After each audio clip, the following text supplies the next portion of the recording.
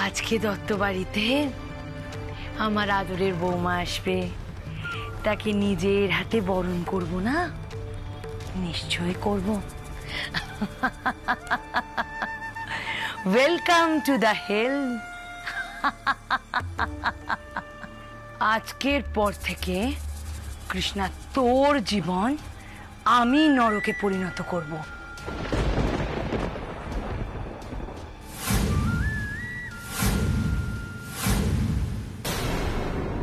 রাধা, কি হয়েছে মা? কাঁদছিস কেন তুই? বুঝেছি রে, বুঝেছি। অনেকে নিয়ে তোর অনেক স্বপ্ন ছিল না রাধা? হবেই তো। দত্ত বাড়ির প্রথম সন্তান, তার বিয়ে বলে কথা। গোটা শহর জানবে, 7 দিন ধরে লোকে খাবে, আলো জ্বলবে। তাহলে এমন ভাবে বিয়ে হলো যে কেউ জানতে অবধি পারলে না। না মা, অমন করে বলো না। অনুষ্ঠান হোক বা না হোক, এই শহরের কারোর কিছু জানতে বাকি থাকবে না। তাছাড়া এই শহরে কৃষ্ণাকে কে না চেনে বলো তো? বটেই তো, বটেই তো। তুই এক কাজ করিস রাধা, পরে না হয় একটা বড় করে ধুমধাম করে অনুষ্ঠান করে দিস। আমি জানি না কে এই কাণ্ডটা ঘটিয়েছে, কিন্তু এতে তো আমারও স্বার্থ চরিতার্থ হয়েছে। বলো মা। মানে?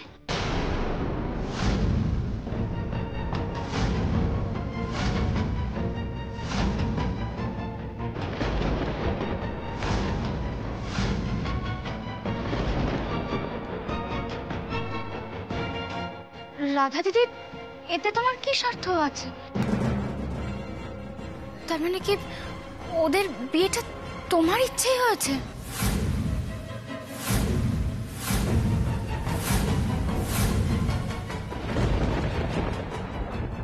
না রে শ্যামা, আমি ওই স্বার্থ চরিতার্থ হওয়ার কথা বলিনি।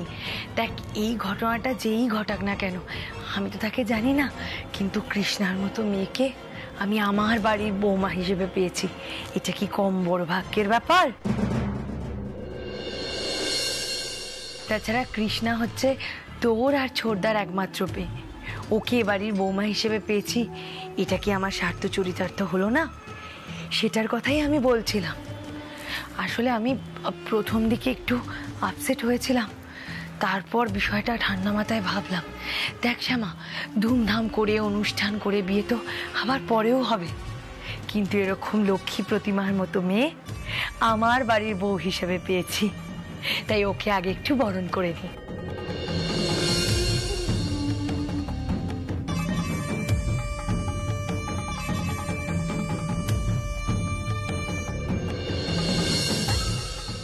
কৃষ্ণা,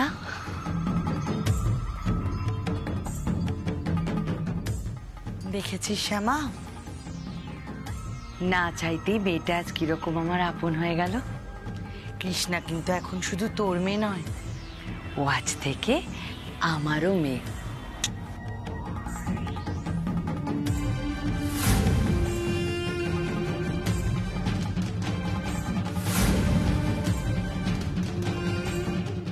আমার সোনা বৌমা।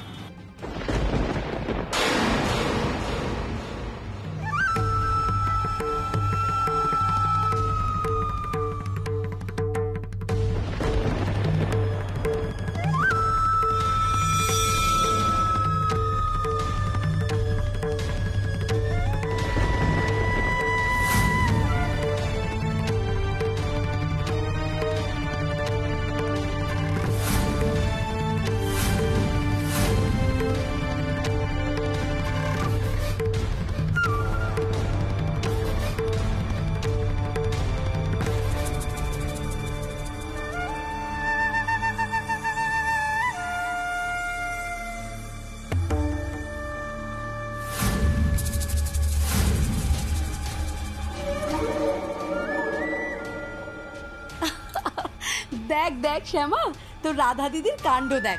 তোর মেয়েকে পেয়ে এমন করছে যেন এ মেয়ে তোর নয়, ওরই। কৃষ্ণার মতো মেয়ে প্রতিটা পরিবারের গর্ব রে শ্যামা, লক্ষ্মী বৌমা আমার। সেই তো, কৃষ্ণার মতন মেয়ে যে পরিবারে যাবে, সে পরিবারেই যেন গর্ব হয়ে উঠবে। তবে তুই যাই বল শ্যাম, যেই চক্রান্ত করুক বাপু, আমাদের কিন্তু ভালোই হয়েছে। একদম ঠিক তাই মা। হ্যাঁ রে, এবারে বরণ করে বউকে ঘরে তোল, এরপর শ্যামা যদি মেয়ে নিয়ে পালিয়ে যায় কি করবি?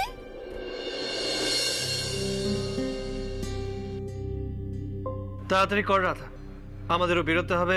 আসলে মা চিন্তায় আছে। ছোটদা, তুমি একদম ঠিক কথাই বলেছো। মাসিমণি তো অনেকক্ষণ বাড়িতে একা আছে, হয়তো এতক্ষণে টেনশন করছে। তুমি বরং তাই করো, আমি কৃষ্ণাকে বরণ করে নিই, তারপর তুমি চলে যাও। আমি আর তোমাকে আটকাবো না। মা, বরণ নাড়াটা দাও না। ঠিক। আমার লক্ষ্মী আজ ঘরে আসছে, আমি তাকে নিজের হাতে বরণ করব। আর তোমরা দেখো, আমি আমার বৌমাকে সাজিয়ে গুছিয়ে রাখবো।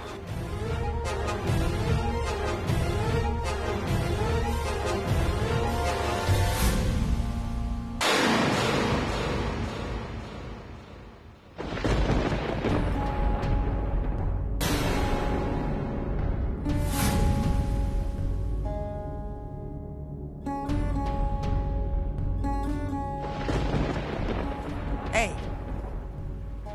এলেন।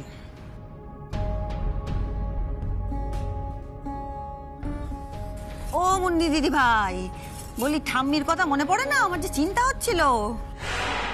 এ আবার কি? হ্যাঁ,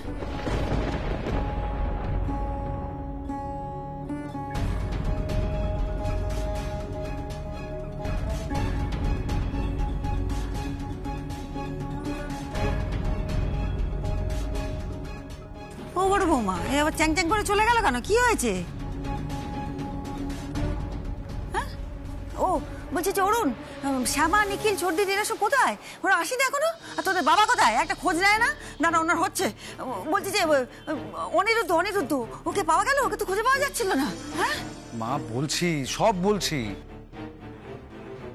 দূর বাবা, বলছি বলছি বলছি করে যাচ্ছে। ও বড় বাবা, তুমি বলো তো, নিখিল কি জন্য থানায় গিয়েছিল? সে অনিরুদ্ধের ব্যাপারে খোঁজ নিতে তো? হ্যাঁ, বলছি তুমি একটু শান্ত হও, তোমাকে সব বলবো। একটু শান্ত হও না। না না, শান্ত হবো কি? বলতে তো তোমাদের হবেই। আমি যখন বললাম যে আমি আসছি, ওখানে চলে যেতে পারতাম, তো এখানে বসে বসে দুশ্চিন্তা করছি, তোমরা বারণ করলে। এখন তোমাকে বলো, আমি ঢোক গিলছিস কেন? কিছু লুকোবি না বললাম। কিছু লুকোবে না তোমরা আমার কাছে। মা, লুকোচুরি কিচ্ছু নেই। কি হয়েছে বলতো? এই এই অরুণ, এদিকে আয়। কি হয়েছে? কিছু একটা হয়েছে তো বটেই। তা লুকোচুরি কিছু নেই যদি এরকম ঢোক গিলছিস কেন? কিছু বল না বাবা। হ্যাঁ, বড্ড দুশ্চিন্তা হচ্ছে তো। আচ্ছা, আজকে তো কীর্তনের অনুষ্ঠান ছিল, কৃষ্ণের গান গাওয়ার কথা, তো নিশ্চয়ই কিছু মিশিয়ে দিয়েছে ওর খাবারে, আবার গলা নষ্ট করবে। নয় মা, হ্যাঁ, সেসব কিছু নয়। সেসব কিছু নয়? তাহলে ও, আমি বোকার মতন কেন বলছি? ও, তুই ফিরে এলি কেন? গান টান হয়নি তো? তার মানে অনিরুদ্ধের কিছু হয়েছে। ছেলেটা কি হয়েছে? মা, সেই কথাটাই তো বলতে চাইছি। তুমি একটু শান্ত হও, চুপ করো, আমি সব বলছি। কি বলছিস বল না। অনিরুদ্ধকে পাওয়া যাচ্ছে না তো? পাওয়া যায়নি? অনিরুদ্ধকে পাওয়া গেছে মা।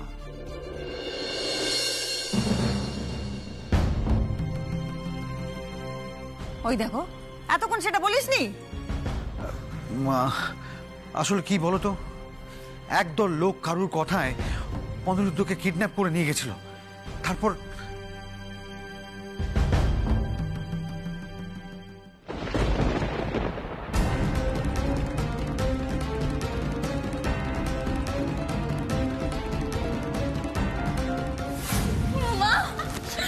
কৃষ্ণা,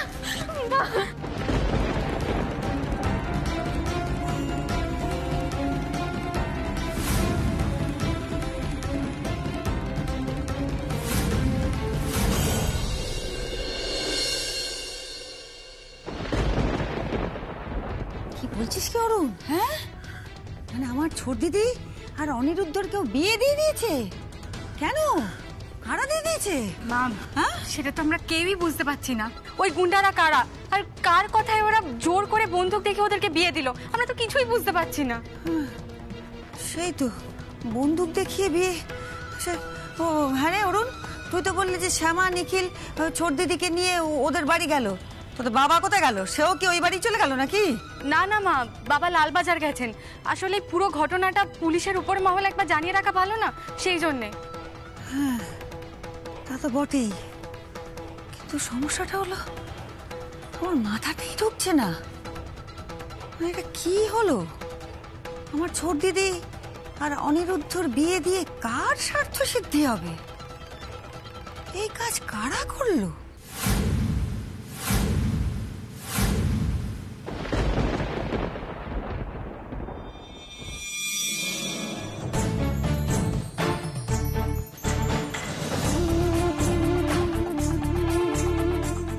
রাধা, এই নে মা, দাও। সাবধানে, হ্যাঁ?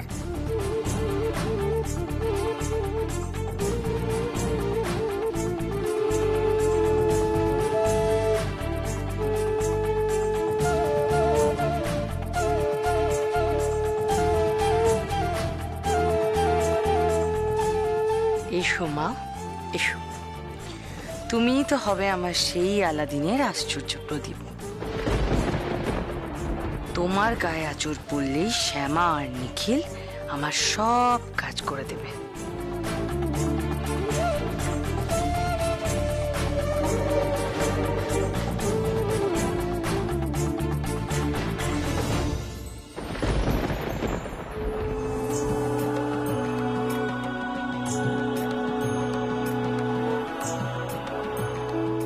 জীবনের এই সময়ে এসে যে ভগবান আমাকে প্রতিশোধের এমন একটা সুযোগ করিয়ে দেবে তা তো আমি জীবনে ভাবিনি। ঠাকুরের কাছে বরং চোরা পাঠা বলি দেব। রাধে রাধে।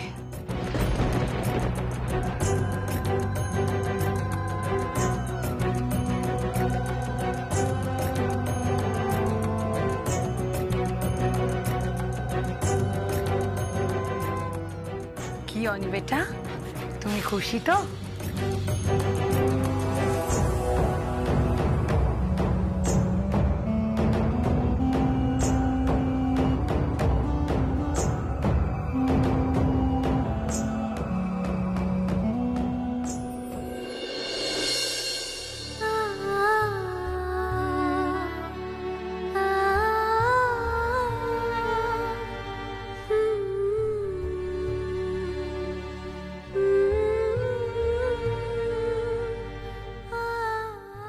মা, হ্যাঁ, এ নাও, এটা তুমি রেখে দিয়ে এসো। আর তাড়াতাড়ি দুধ আলতা থালাটা নিয়ে এসো। ওরে শোন, শুধু দুধে আলতা থালা আনলে তো হবে না, তার সঙ্গে কাপড়টা আনতে হবে, কলসি আনতে হবে। মা, সব পাশের ঘরে রেডি করা আছে, তুমি তাড়াতাড়ি গিয়ে নিয়ে এসো না। আচ্ছা, এক্ষুনি আনছি বাবা। কাকিয়া, আমার একটা কথা বলার ছিল। হ্যাঁ অনি বেটা, বলো। বলছি, আমি তো মায়ের সঙ্গে এক গাড়িতে আসতে পারলাম না, বনি এসেছে। ওরা ঠিক মতো পৌঁছেছে তো? মা ঠিক আছে? অনি বেটা, দিদিভাই একদম ঠিক আছে। অ্যাম্বুলেন্স, নার্স সব ছিল, তুমি একদম চিন্তা করো না। দিদিভাইকে পাশের ঘরে ঘুম পাড়িয়ে দিয়ে এসেছি। আর তুমি তো চেনো তোমার বনিকে ভালো করে, কি কুঁড়েও আসার পর থেকে শুধুই ঘুমোচ্ছে। রাধা, হ্যাঁ। আচ্ছা শোন না মা, এটা তো নিয়ে এলাম, কিন্তু কলসি তো আমি একা বয়ে আনতে পারছি না বাবু, বড় ভারী। চলো চলো, আমি যাচ্ছি তোমার বেশ সঙ্গে। বেশ, অনিখিল এটা একটু ধরতো বেটা। হ্যাঁ, শ্যামা, তুই একটু কাপড়টা পেতে রেডি করে রাখ। হ্যাঁ, আমি আর মা কলসি নিয়ে আসছি। চল আসি।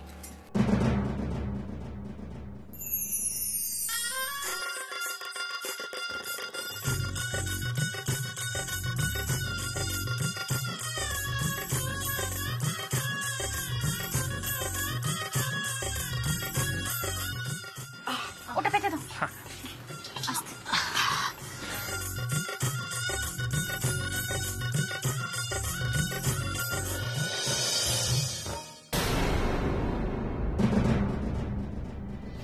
এই নাও গো নতুন বউ, ধর।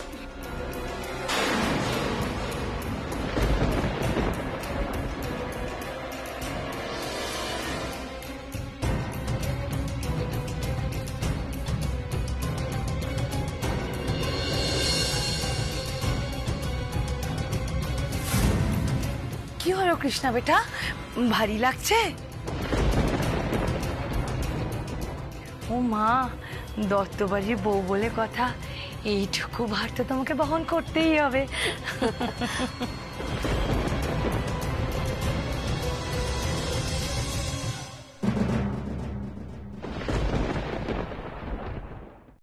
এসো মা, এসো।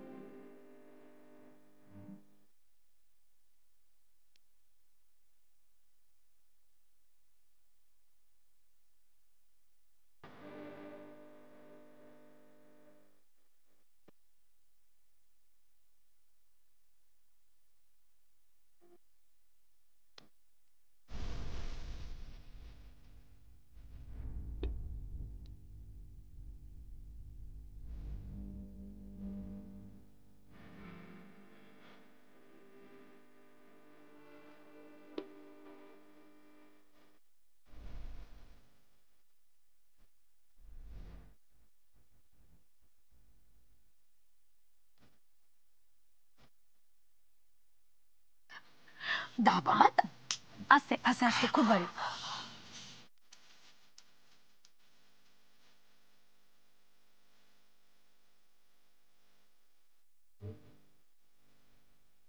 রাধা দিদি, বলছিলাম যে আমি কিন্তু আমার মেয়েটাকে তোমার ভরসায় রেখে যাচ্ছি, তুমি কিন্তু ওকে দেখে রেখো। ছি ছি শ্যামা, অমন করে কেউ বলে? আর আজ থেকে কৃষ্ণা শুধু তোর মেয়ে নয়, কৃষ্ণা হলো দত্তবাড়ির বউ। তুই একদম চিন্তা করিস না, আমি ওকে সাজিয়ে গুছিয়ে রাখবো। সব ঠিকই আছে, কিন্তু কারাই কাণ্ডটা ঘটালো সেটা নিয়ে আমি চিন্তিত। এনিওয়েজ, পুলিশ তদন্ত করছে। সে পুলিশ যা করার করুক, কিন্তু ভগবান যা করে তা মঙ্গলের জন্য। দেখ রাধা, তুই বিয়েটা মেনে নিয়েছিস ভালো কথা, আমরাও বিয়েটা মেনে নিয়েছি, কিন্তু ভুলে গেলে চলবে না। আলটিমেটলি এটা কারোর না কারোর চক্রান্ত। তাদের কি উদ্দেশ্য না জানা অবধি নিশ্চিন্ত হোস না।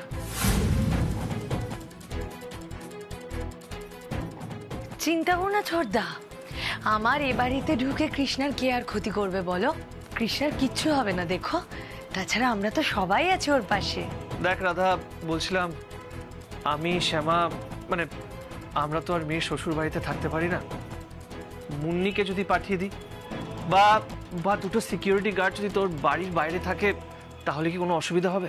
না না ছোটদা, এখানে সিকিউরিটির কিসের দরকার? আর তাছাড়া দেখো, ওই ঘটনাটা তো গ্রামে ঘটেছে, এখানে কৃষ্ণার কিচ্ছু হবে না। আর পুলিশ তো এমনিতেই তদন্ত চালাচ্ছে, অপরাধীদের খুব শিগগিরই খুঁজে বের করবে। কিন্তু আমি কি বলি বলো তো, ঈশ্বর যা করেন তা মঙ্গলের জন্য। আমার তো একদিকে ভালোই হয়েছে, তবু আমি বলবো অপরাধীরা ধরা পড়ুক, তারপর নয় দেখা যাবে। যেটা তোর ঠিক লাগে। শ্যামা, এবার আমাদের বেরোনো উচিত, চল।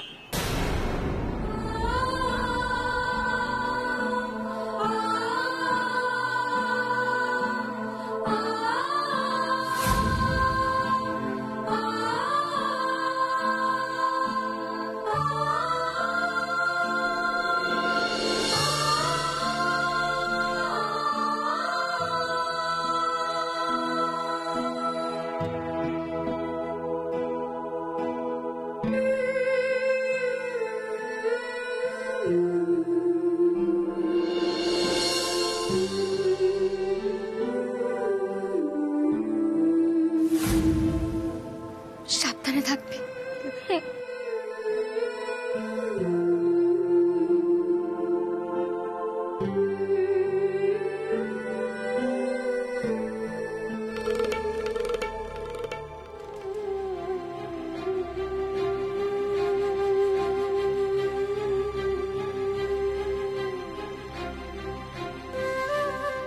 অনিরুদ্ধ বাবা, আমার মেয়েটাকে কিন্তু তুমি দেখে রেখো।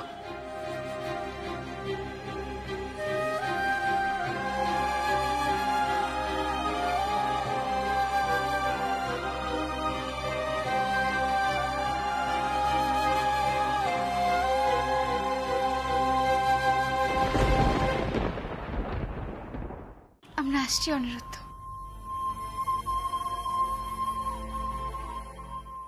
চলো শ্যামা, চল। আসছি রাধা দিদি। সাবধানে, দুঃখা দুঃখা।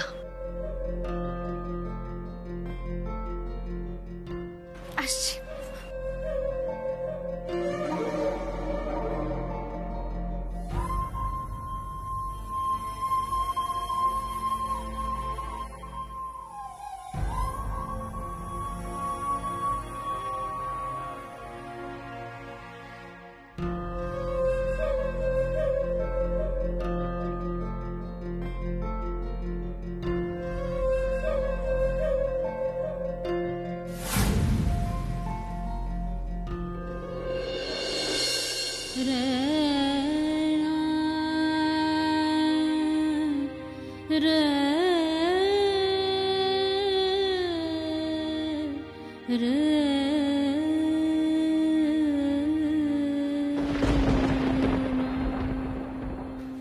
দুঃখা দুঃখা।